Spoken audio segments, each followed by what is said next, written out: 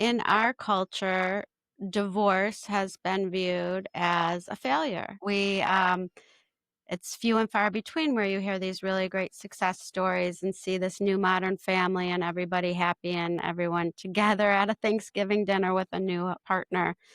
Mostly it can be pretty tragic. And watching a marriage end for a high achieving woman is a feeling of failure to society, to your family, and if you have children, there is a lot of pain around shame and guilt around what you're doing to your children. It's owning that this is not shameful, but this is a moment of you speaking on your truth. It's probably one of the most challenging things I've ever done in my life, and I'm really proud of it. Healing was the warm-up. This is the main fucking event. Welcome to Go Regulate Yourself, the unapologetic, unfiltered love letter you didn't know you needed. This is where mental health meets real life, where growth gets gritty, and where we stop pretending healing makes us saints. Think of it like therapy with tequila shots and a side of tough love. In this space, we're learning how to take responsibility for our shit, face the chaos of life, and become the best version of who we are. So if you're ready for your weekly what the fuck am I doing moment, let's dive in. Hello, Reg Babes, and welcome back to another Fridays with Friends episode on the Go Regulate Yourself podcast.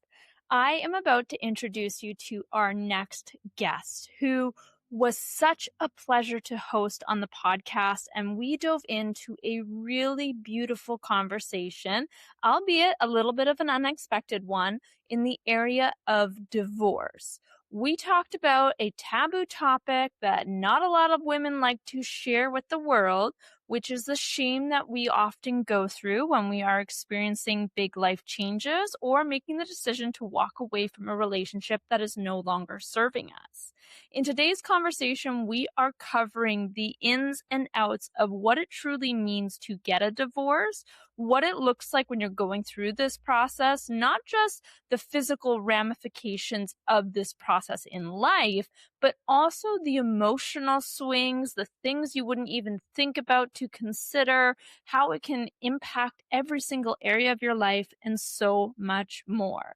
Hope was vulnerable in discussing her own divorce that she went through after 18 years. And in this conversation, you are not only going to get your eyes opened to this process, but hopefully also find a little bit of relief if you are somebody who is already navigating divorce, has previously navigated divorce, or is potentially considering it in your future.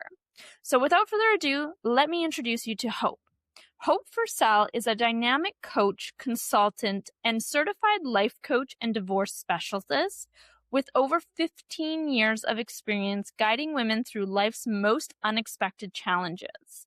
Today, she leads a thriving coaching practice dedicated to helping women and the professionals and organizations that serve them navigate the emotional, legal, and logistical complexities of divorce. Her mission is to transform the divorce experience from one of overwhelm and stress to one of clarity, confidence, and purpose, changing not just the divorce experience, but enhancing the lives of the entire unit following. As a seasoned life and divorce coach, she blends strategic insight with deep emotional intelligence to support women during one of life's most transformative transitions. Her work is grounded in compassion, practical tools, and powerful mindset shifts that foster lasting change. Beyond individual coaching, she consults with professionals and organizations to cultivate collaborative cultures, empowered community, and support sustainable growth. Her personal journey includes overcoming cancer, infertility, and divorce, deepens her empathy, and amplifies her commitment to helping others rise. She holds a master's degree in organizational psychology from the London School of Economics and certifications from IPEC coaching, rapid resolution therapy, and as a certified divorce specialist. She's also a proud graduate of the Feminine Frequency Business Leader Program with Jessica Zwig and the Marketing Made Simple program with Lindsay Pinchuk, and an active member of the entreprenista community. With a multidisciplinary background and a passion for empowerment, she supports individuals and organizations in navigating change with clarity, courage, and compassion. She welcomes collaboration with legal, wellness, and business leaders who share a commitment to innovation, integrity, and meaning. Now, as I said, our conversation today was a delicious one, and we went into so much depth in the area of divorce, and I cannot wait for you to take a listen. So, without further ado, let's dive on in. Hello, Reg Babes, and welcome back to another Fridays with Friends episode on the Go Regulate Yourself podcast. My name is Brianne. I am your host, and I am so excited for our conversation today.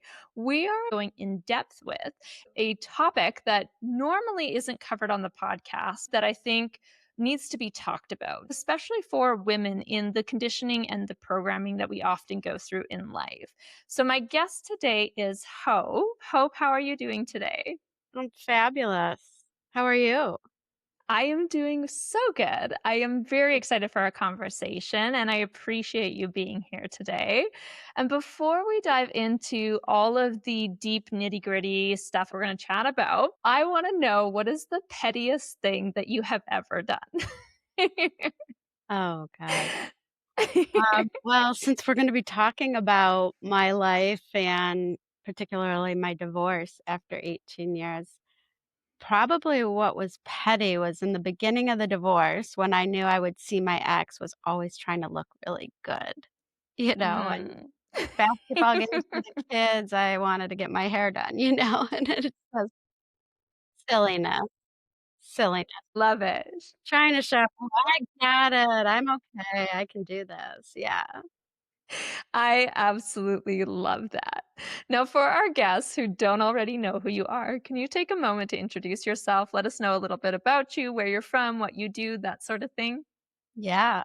So my name is Hope Firsel, and I guide women through the unexpected. I have a master's from the London School of Economics, where I studied organizational change. So I worked with, following that degree, I worked with the C-suite, CEOs and COOs, going through mergers, acquisitions, and spinoffs. So I learned and practiced change management. After my own trauma and my own experiences, I went back for a coaching degree, and now I coach women with an expertise in divorce to help them find calmness during the storm. So impactful, such a beautiful area to be in. And obviously, we're going to talk about what led you there today.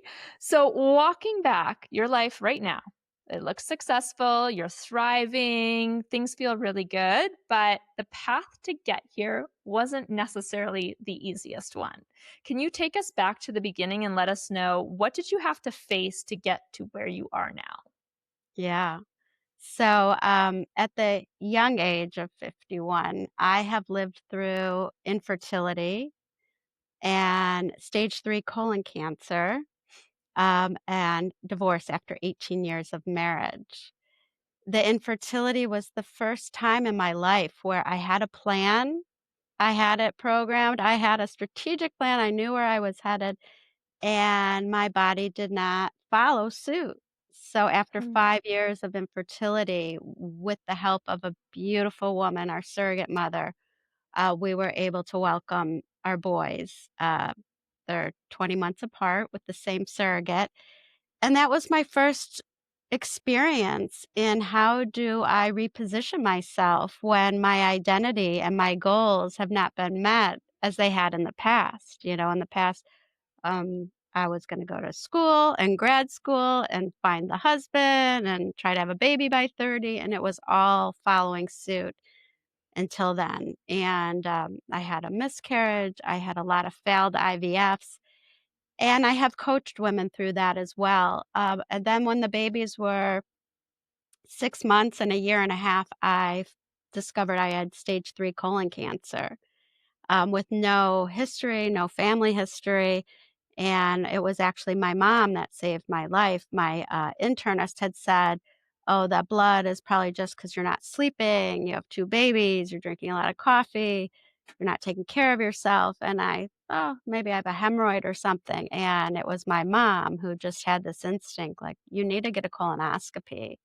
Mm. So she saved my life, and it took me about 5 years to move through that with, 2 major surgeries and 12 rounds of chemo. So all of that really repositioned my whole view on life, and when I got out of the cancer journey and started feeling well and getting back to life, I realized I had a different value system. I was much more focused on each day, each moment, instead of being stressed out and anxious. Things just seemed silly to me that people were all Mm. stressing out about, and I realized that I wanted to make some important changes in my life, Mm. and I'm sure that led to the demise of our marriage, although we had a wonderful, wonderful 15 years and happy and for the years that we had and the family we had, but it was, a mutual decision, and we both realized it was time to separate and divorce. I appreciate so deeply you sharing that journey and that story with me and our audience. And I also think that this is a perfect depiction of when we have lived under a mask or a certain amount of programming or conditioning for most of our life, we get comfortable settling. We get comfortable in a space in our lives where we think that we're living a life that we want to live, but in actuality, we're living the life that we think we should live. And I know a lot of women out there who, especially get married at a young age and have kids at a young age, or go through the same process that you have, where they're using surrogacy or other options.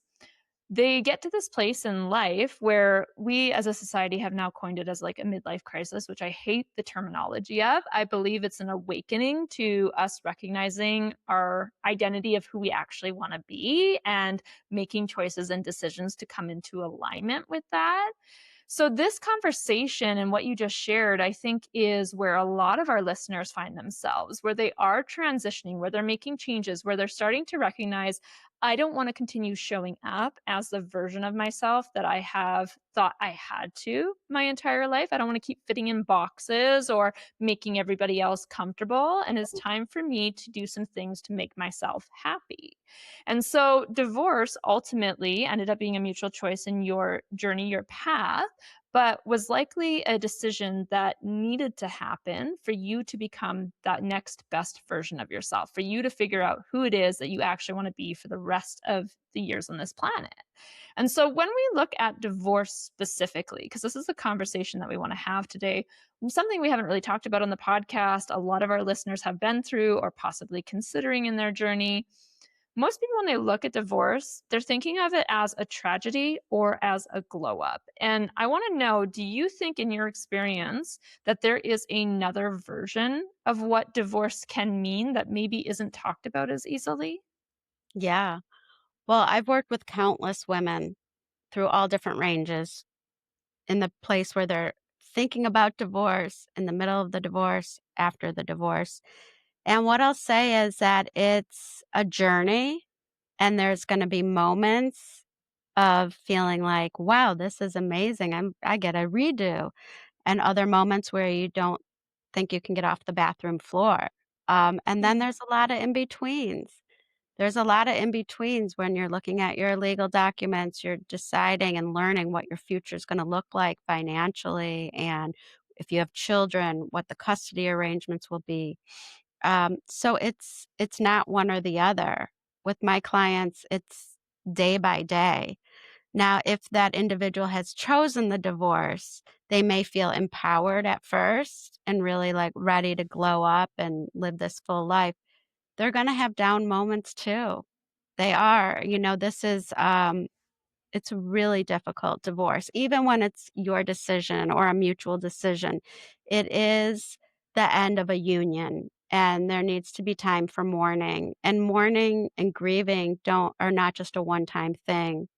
It's a process and it happens over the course of time. And it also depends on what happens to that relationship and that new modern family. Um, So some people will be really excited about a divorce and then realize that the person that they're divorcing has a different view or is gonna take on a new role, and that can be incredibly alarming and really deregulate you when that has been your Mm, person. I have a lot of clients that come to me thinking, "This is just gonna be a new modern family. This isn't like, we're still gonna be best friends." I even thought that, and the truth is it's very hard for, a marriage to end and that relationship to still stay intact as friends. I think it's harder than some people think it will be. of course, that makes a lot of sense. And I think too, in the conversations that I've had with friends of ours that are in the process of getting divorces and or considering it, there's a lot of things you have to consider outside of the relationship itself that can dismantle when the relationship dismantles. So, in your personal experience, after 18 years of marriage, what did you witness dismantle alongside of the relationship itself? Were there other things that maybe you weren't as prepared for that disappeared along with the marriage itself? Absolutely, and I coach my women on this because everything changes. Everything changes, particularly if you've been in a long-term marriage like I was. Our friends, our home, our neighbors, our religious organizations, the charities we were in, all of it. All of it was the 2 of us, and then with our children. So, everything dismantled. My relationship with his family, and our friends now were a common thread. We had couples that we were friends with, right? We had families that we were raising together, and every single thing changed. Finances, relationships, where you're living. I was working for him at the time, so career. I mean, literally every single thing changes, in addition to the vision that you had of your life, the future vision of who you were gonna be and what that looked like and who you were gonna grow old with, all of that dismantles, and it is definitely a moment in time where you are rebuilding. But I like to tell my clients we're not rebuilding from ground zero. We're rebuilding from a place where you have so much that you've learned through your life. You're not starting over. You're using all of that experience and that relationship and the way you're ending the relationship to allow you to grow as an individual in your life. And you will definitely grow from this experience. I resonate deeply with what you just said because I do find that I believe the same thing about any direction in life. Anytime that we are starting fresh and deciding we want to go a new direction, we're not losing everything that we had done up until this point. We're taking all of that knowledge, wisdom, and know how with us forward to the next thing. And I think that's a beautiful symbolism and reminder for all of the clients that you're working with. Now, speaking towards the client specifically, out of curiosity, since you have worked with so many women, are the ones that are coming to you always ultimately ending their relationship in divorce? Or do women come to you thinking they want a divorce and maybe work on some things, and then all of a sudden their relationship reblossoms and starts fresh? What does that kind of look like? Yeah, I mean, and that's the goal, right? I mean, if we can stay together in a loving relationship where we're both individuals are growing and you share a value system, I would love to see that union remain. Um, and what we have learned is over 70% of divorces are started by the woman, and many of those women have been thinking about it for 5 years ish. Wow. And I see that in my practice. I have a lot of clients that I'm working with who are contemplating divorce but don't go through with it. And then sometimes we learn, how do we make it work then for you if you are staying in this relationship, if you are staying as a married couple? I'm actually going to be launching a support group for that very particular client who is staying in perhaps a loveless marriage or trying to give it a try and find love again. And I would say more often than not, those are the women that I see. what does divorce even look like? They wanna know, and the more they learn, the more they may realize that it is something they wanna hold on to, and how do they make it work? That is a very high statistic of women that are the ones making that first move and or have been thinking for it on average about 5 years. That's a long time to go considering something and wondering if it might be an option.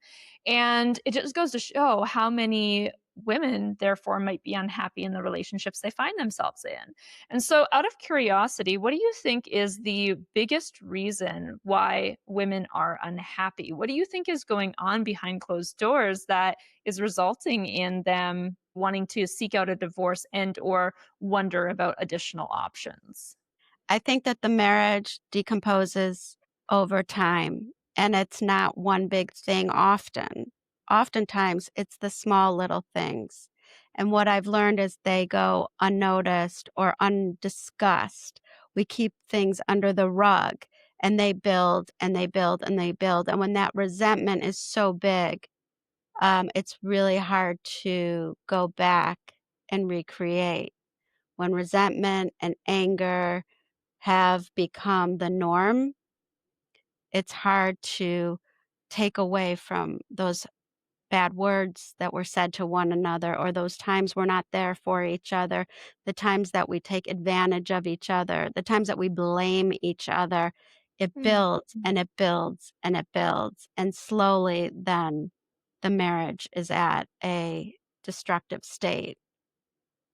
I suppose you could say, in a way, this is about a conversation of unleashing our voice, of being able to speak about our boundaries, our needs, say things out loud, and really communicate in a deeper way, which I think, again, going back to probably the lifetime, the childhoods of most of us as women, we've been taught to shrink or silence ourselves or put ourselves in that box for such a long time that when we get into a partnership, we do build that anger and that resentment when we are not voicing those things out into the world. And I know in the first few years of my marriage, there definitely was a lot of communication barriers where I felt like I couldn't speak up. And then I would have that anger and resentment for not being able to share what was on my mind. And it took a lot of both healing work on my end, but also on my husband's end to be able to overcome that and develop the deep communication that we have now today. So I'm wondering, in like your experience, was there parts of you that you felt like you were shrinking or silencing to maybe keep the marriage intact? Things that you weren't saying, weren't communicating, weren't necessarily putting out into the world, if you will? In my particular case, not quite as much. I think because of my background in human behavior and psychology, I spoke up a lot and he spoke up a lot. I think perhaps in our marriage, we could have maybe taken a pause from all of that and gone out and had romantic nights and reconnected and not always focused on what we were working on because that sometimes can become too much, too Mm. much of a burden, and you start losing the joy and the love. Um, and marriage counseling, oftentimes, if you're with a successful, really good marriage counselor, the goal is not necessarily to stay together. The goal is to find joy in both of our lives. And we hope that it's through that union. But if not, how do we end it in a successful way as well? So it takes a lot of time and practice to learn, is this a relationship worth fighting for? And can we come together?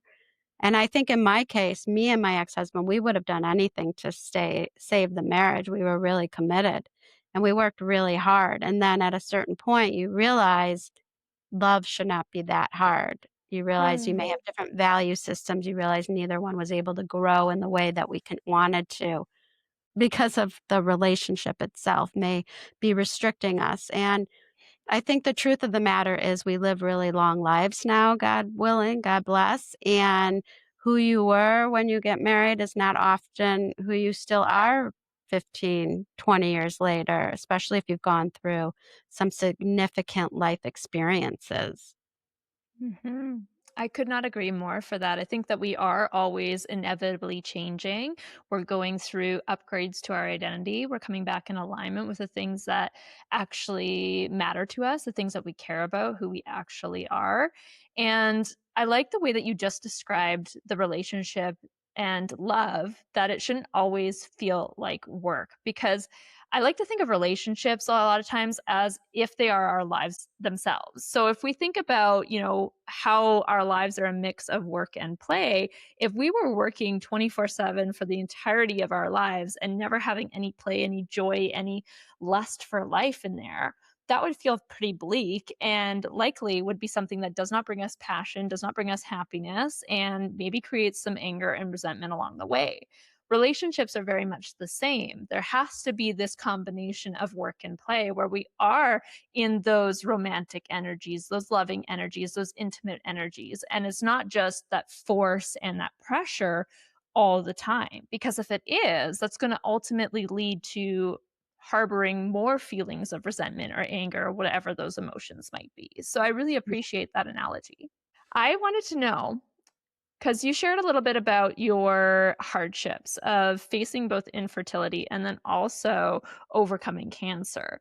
Now, do you think that these hardships that you faced throughout the marriage itself actually made you stronger in facing the divorce when it came time for that? Yes. I remember I remember telling myself often, "Okay, you've been through infertility and stage 3 colon cancer. You can do this. You can do this." And I would tell myself, "I can do this." And so moving through those experiences, with grace and strength were techniques that I utilized in my divorce. Absolutely. I can see that being a way of kind of regulating yourself, because you've been through these tremendous, difficult paths in your life, that things that have challenged you, things that have altered the way that you have seen the world through the lens in which your lifetime was. Things have suddenly now changed, and you have all of this additional knowledge, this additional self-belief, all of these things within you. And so I Yeah. can understand how that absolutely would be a benefit in relation to kind of overcoming that next hardship of the divorce itself. And I think probably it did help too, the fact that your divorce was on mutual terms, and even though there might have been, emotions and things on either side of the fence, there was a kind of an agreement that the marriage was over on both sides, which was helpful, I think, maybe in navigating that, because most of the time, in the divorces, at least that I have witnessed in our friends and or family, there has been oftentimes one party that is more in alignment with the decision versus the other. And I've witnessed a lot of anger, a lot of things happen in those relationships that I'm sure make it very difficult to navigate that hardship of what divorce already is. Yeah. Now, speaking towards divorce itself, because you spoke about the numbers, the statistics, and how many women are actually wanting divorce, how many years they go about thinking about this. I know that there is a lot of shame around the topic of divorce. Just like anything in life, we as women, we really love to hold a lot of shame about the decisions that we make in this lifetime. So, when we think about the shame itself, why do you think that there is this present in the decision to get a divorce, especially among high achieving women? Why do you think the shame is such a big thing that is difficult for us to overcome when we're making this choice? Yeah. Well, high achieving women don't like to fail. Yeah. We like success. We like to showcase that to the world. And in our culture, divorce has been viewed as a failure. It's few and far between where you hear these really great success stories and see this new modern family and everybody happy and everyone together at a Thanksgiving dinner with a new partner. Mostly it can be pretty tragic. And so watching a marriage end for a high achieving woman is a feeling of failure to society, to your family and if you have children, there is a lot of shame and guilt around what you're doing to your children. And that is Mm, a conversation I have with my clients a lot. And it's owning that this is not shameful, but this is a moment of you speaking on your truth. Quite honestly, it's probably one of the most challenging things I've ever done in my life, and I'm really proud of it. You know, I'm really proud of myself and I'm proud of my clients who say, enough, who say this marriage, this relationship is no longer serving me. And if I'm not at my best, I mm, cannot be at my best for my children, for my parents, for my employees, or my boss, or my community. If we are not living in our truth, we are not successful. So owning that success is acknowledging what's not working. Success is telling the world, I am in mourning right now because I am ending a marriage. And people need to know this friends, family, coworkers. When somebody is getting divorced, we need to have compassion because that person, all aspects of their life are changing, every single piece of it economically, emotionally, socially, all the relationships. So having compassion and then also giving them credit, telling them you're proud of them. I had one person I said, I'm getting divorced, and he said, well, congratulations. Now, I don't think, it's anything that we should be so joyous about because it is the end of something. But if it's not working, then mhm, congratulations. If you have taken a stance that you want to live a more fulfilling life and that you're not in harmony at home and that you're going to make a change on that, that takes incredible strength. And from my experience, the infertility and the cancer, those were things that were inflicted on me. That was my body. And so I regulated my emotions and my spirit um, on my own through that because I had no other choice. When you're laying in a bed mhm, and you're sick, you really learn what mindfulness is. When you're in a divorce, it's much more of a day to day battle in that it's often a choice. One of you or both of you have made a choice, not like in cancer or infertility where, the universe and your body are just not giving you what you think you need. But in divorce, this is a decision and we can do it with peace. I do believe we can change it. And I think we should change it when 50% of marriages are ending in divorce. That number's gone a little bit below 50, but we still have about 50% of us ending in divorce. We can and we should do better.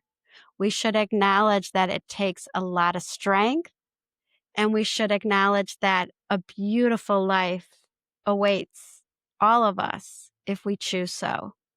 mm. I love that you're speaking towards the courage and the resilience that it takes to make that decision because it's not just a decision to end a relationship, it's a decision to come back into alignment with yourself. You're choosing yourself in the decision of getting a divorce. That's right. And whether it's conscious or unconscious, that is something that is registering on a really deep level. And I've heard that, in the process of getting a divorce, a lot of women are learning how to trust themselves for the very first time. So, can you speak towards that? Why is divorce the time when women lean into trusting themselves for the very first time? Well, often in a divorce, it's the first time that you really realize how alone you are in this world, and not in a sad way, but in a realistic way.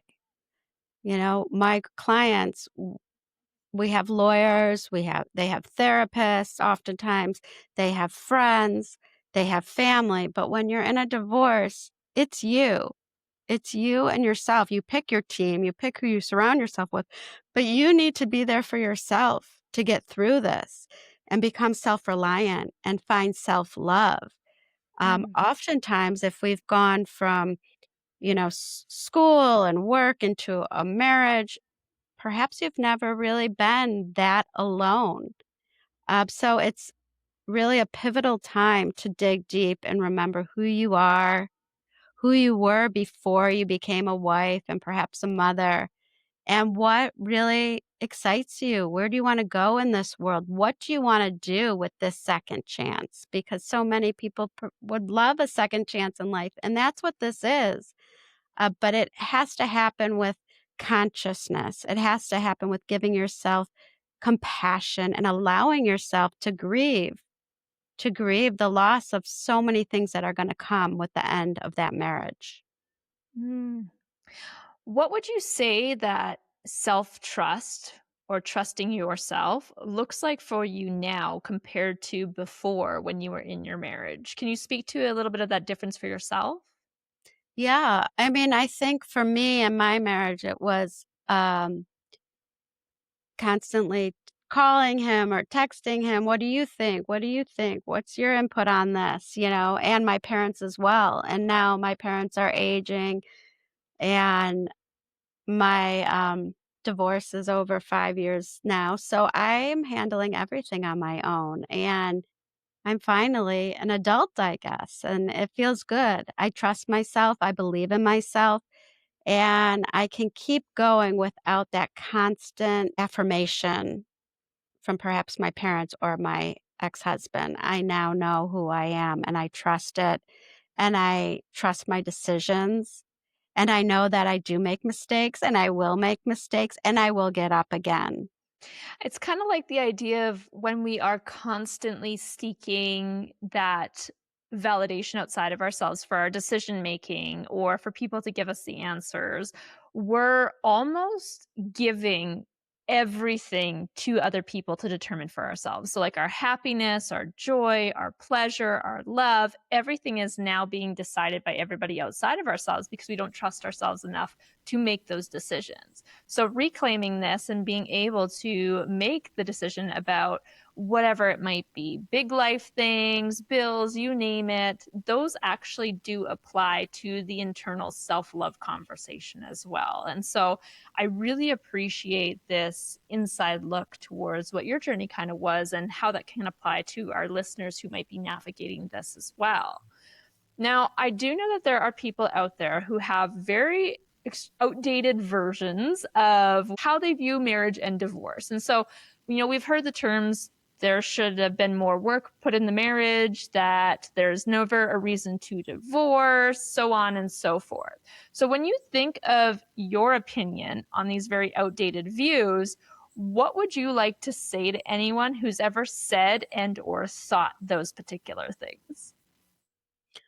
Well, I do believe in working hard to try to make it work and really giving it your all. And then I also believe that there's a time to amputate. There's a time where you come to realize you speak a different language, you have different values, and it's not gonna come back together as it was. A lot of my clients are thinking about it, and then something happens and their gut tells them, "This is it." And so what I say is, that's a beautiful thing. Nobody should live their precious life. We're only here for but a moment.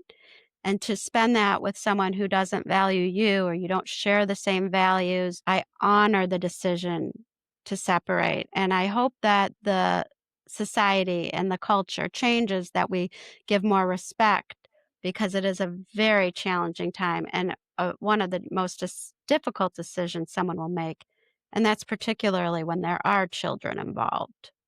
Absolutely. And I would almost even argue that staying in a relationship that we know is not good for us, that is not in alignment, that is not serving us, can actually do more harm than good in so many different ways, especially if you have children, because I mean, energy is palpable. You can tell when a relationship is not working, but also in relation to just you in your life. There are so many things that can become negative consequences if we are trying to force something that just no longer should be.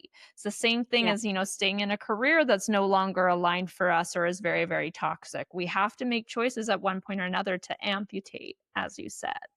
Yep. Now, In regards to, again, your journey, how has your definition of love, partnership, and commitment changed since the divorce? Have you thought of a different way of looking at those things, or is it relatively the same? I think that now I am looking for something very different than I was when I was first dating my ex-husband at 25. And so getting really crystal clear on what kind of relationship suits me and Mm, where do I find love and what do I love? That's changed so much. And that's why I had some relationships right after the divorce. But the last few years, I've been really single, very single. I relocated with my teenage boys to Boca Raton, Florida. So that was huge. And I realized I needed that time. I need this time to really reevaluate what love will look like for me at 51 versus 25. You know, at 25, I was looking for a family, you know, to create a family and had more of a traditional view of partnership then. Really was committed to being a stay-at-home mom for most of that time, and now I'm looking for a partner, you know, and I'm also in this place where it's gotta be real. I'm not forcing anything because 'cause I've learned I really like being alone, and I can be alone, and it's a beautiful thing. So I really encourage my clients to spend time alone before they jump into the next relationship because love and what it looks like has changed, and you need time to decipher how has that changed. mm. Otherwise, you oftentimes start, reflecting back the very man that you've just divorced. You gotta know the red flags because you may very well still be attracted to those things that end up not suiting you in the long run. That is extremely deep and I think very powerful in relation to how important your own healing work is in this journey because divorce isn't just a relationship, as we've covered lots in this podcast. Divorce is a really big thing. It opens up this portal of self discovery, self responsibility, self trust, and so many more concepts. So, outside of everything that we've already kind of covered, what would you say that divorce teaches you that most people wouldn't expect? Is there anything else that is kind of part of this conversation? I think divorce puts you in new circumstances, and so there's just so many new learnings. Learning how to manage a home alone, learning how to live alone, learning how to self-care, self-soothe, learning what lights you up. You may have forgotten, you know, because you did it as a couple, as a union. And so sometimes my clients come to me sad. I said, let's talk about the things that are good. Well, okay, I get to sleep with the temperature the way I want. I get to watch the shows I want. I don't have to attend certain sporting events or concerts that weren't for me. So to use this as a time to reflect and date yourself. Really Mm, date yourself. Learn what lights you up. Likely, it has even changed since before you got married. So you're going to rediscover who you are, what you love, and I really encourage people to do that on their own before becoming another union. hmm It's that, again, self discovery piece of romanticizing your life, of tapping into who you actually are and being able to figure out what that authenticity means for your life. Because I'm gonna guess that you're probably gonna wanna attract a new partner in the future that is in alignment with that direction you wanna head, with the new standards, the new boundaries, the new expectations that you have for your life, and the only way to really understand that is to create that space and that stillness and get crystal clear on that. So that makes complete sense. Now, Yeah. for any of our listeners who are hanging on here and are maybe terrified of divorce, but are also exhausted from staying, what do you want them to hear right now? What advice would you give to that woman who's listening and wondering if maybe this is the right next step for herself?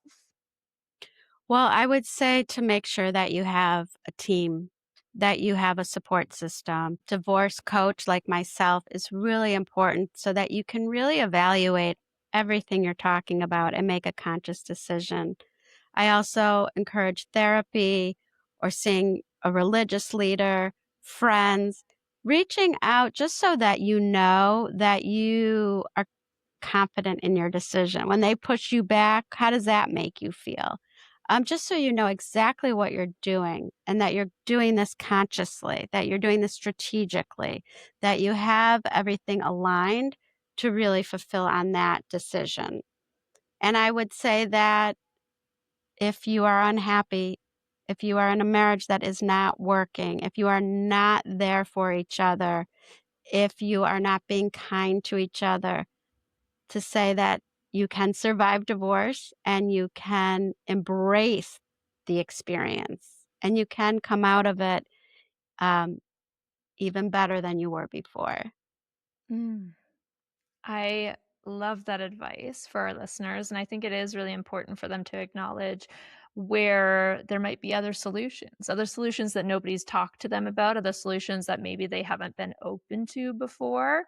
And, in my journey, when I used to do trauma coaching, a title I have since hung up, I witnessed a lot of women who were in situations of domestic violence or other abuse and other things happening. And I know this is on one extreme side of the field, but there's going to be a lot of times things that we put up with, whether that be in our direct relationships, our careers, etc., that maybe aren't in alignment with what we know we truly are worthy of and what we deserve. And I hope for any of our listeners who are hanging on here, who are unhappy, whether or not that's an extreme situation or your happiness is just the predominant thing, that is still important. That is still a very, very big thing that you need to consider for your lifetime. As you said earlier, we're only here for so many years. We only have so much time on this planet, and life really is meant for living. And if we're not living, if we're not happy, if we're not in a fulfilled state, a purposeful state with our life,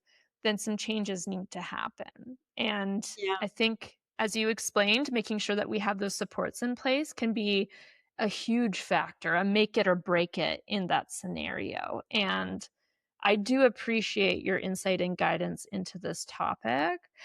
I have a question that I love to ask all of the guests on my podcast, and that is, what does the term regulate mean to you? How would you define that word?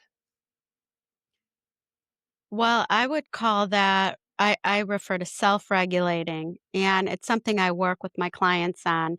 It's finding ways to work with your nervous system, to settle the mind, to really parent yourself, to parent yourself. If you have an inner child in you that is struggling, that is crying, that is screaming, that is not calm, how do you find calm?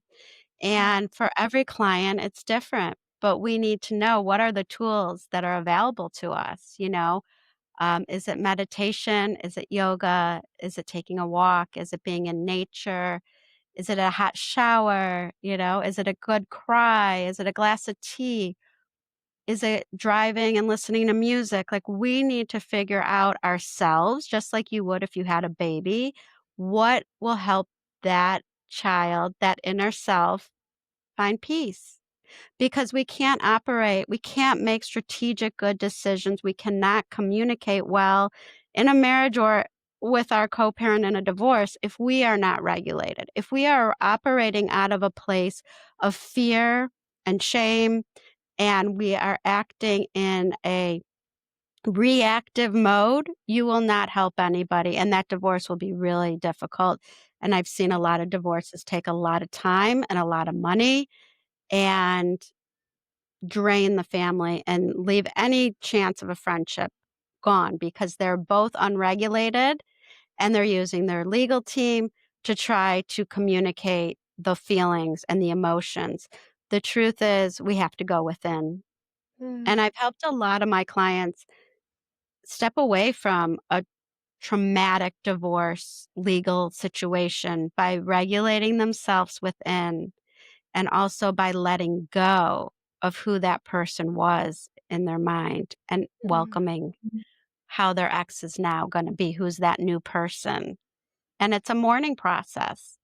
Even if you chose it, you are mourning the loss that is no longer that person. They're not your mhm, person, they're not your spouse, And a lot of change will come with letting go of that relationship and mourning the loss of that individual.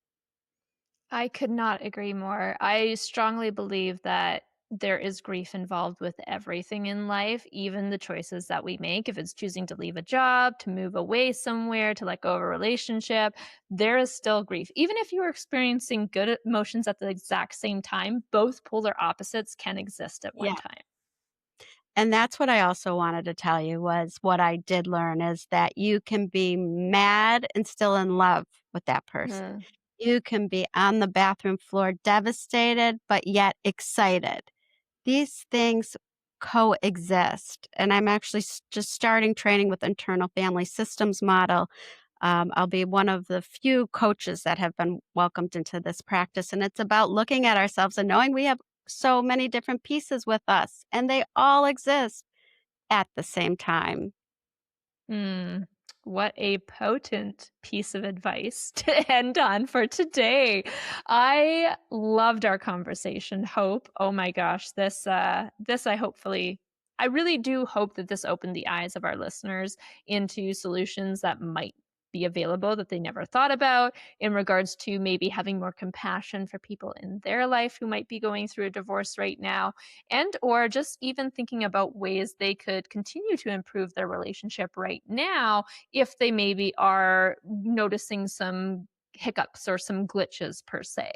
So Yeah. this was deeply insightful. I loved everything that you had to share. For our listeners who are curious to work with you or want to connect with you, they want to follow along, they want to learn more, where do they go? I'm on Instagram, Facebook, and LinkedIn, and my website, it's all my name, Hope Firsel. So it's HOPEFIRSEL. My website is hopefirsel.com, and you can find me on any of those platforms. And I really am working in my one-on-one stage right now, so I welcome new clients. I offer a complimentary call, and it is my passion. It is what I love most in life is sitting one-on-one with a woman, looking her in the eyes and letting her know she will be okay. Mm. I am going to make sure to have all of the links below so that if our listeners want to just click and they didn't quite catch that, it's going to be available to you in the show notes. So do make sure to go and grab that. Hope, it was such an honor to have you on the podcast Mm. today. Thank you so much for being here. Thank you. It was a privilege and an honor. Thank you to all of our listeners as well who have been with us throughout today's episode. We greatly appreciate you. If you loved what you heard, we'd be so honored if you drop below and leave a review or send this episode to somebody you think could hear it too. I will catch you in the next episode. Remember to go regulate yourself. Take care. Hey, Rig Babe, have you heard the news? We have a brand new members only community called Rig Babes After Dark, and you're going to want to get your booty inside here. Whether you're new to your healing journey or not, you're tired of the typical gurus and picture perfect accounts on social media that look like they have it all figured out. You're ready for something deeper, something raw, something that makes your jaw drop open and go, yeah, I feel that way too. And in this space, we get it. We're tired of pretending that healing somehow makes us saints. We're looking for the babes who are working on themselves, who like to cuss, and ultimately are ready to have the tough, uncomfy convos that most shy away from. So this space is where Go Regulate Yourself goes off script. When you subscribe here, you're entering into a vaulted world of exclusive member-only questions we didn't ask on the mic, unfiltered guest insights, VIP access to live streams, and behind-the-scenes moments you won't find anywhere else. This isn't the space for those who want to keep pretending they've got it all figured out. This is for the ones who admit that they don't. Now, the guest that you just heard on today's episode is being featured here for a behind-the-scenes peek at their personal life and questions we did not get to, and we would love to invite you to explore that in our Substack publication and member-only space. So to join Ray Babes After Dark, go to goregulateyourself.substack.com or visit the link below in the show notes.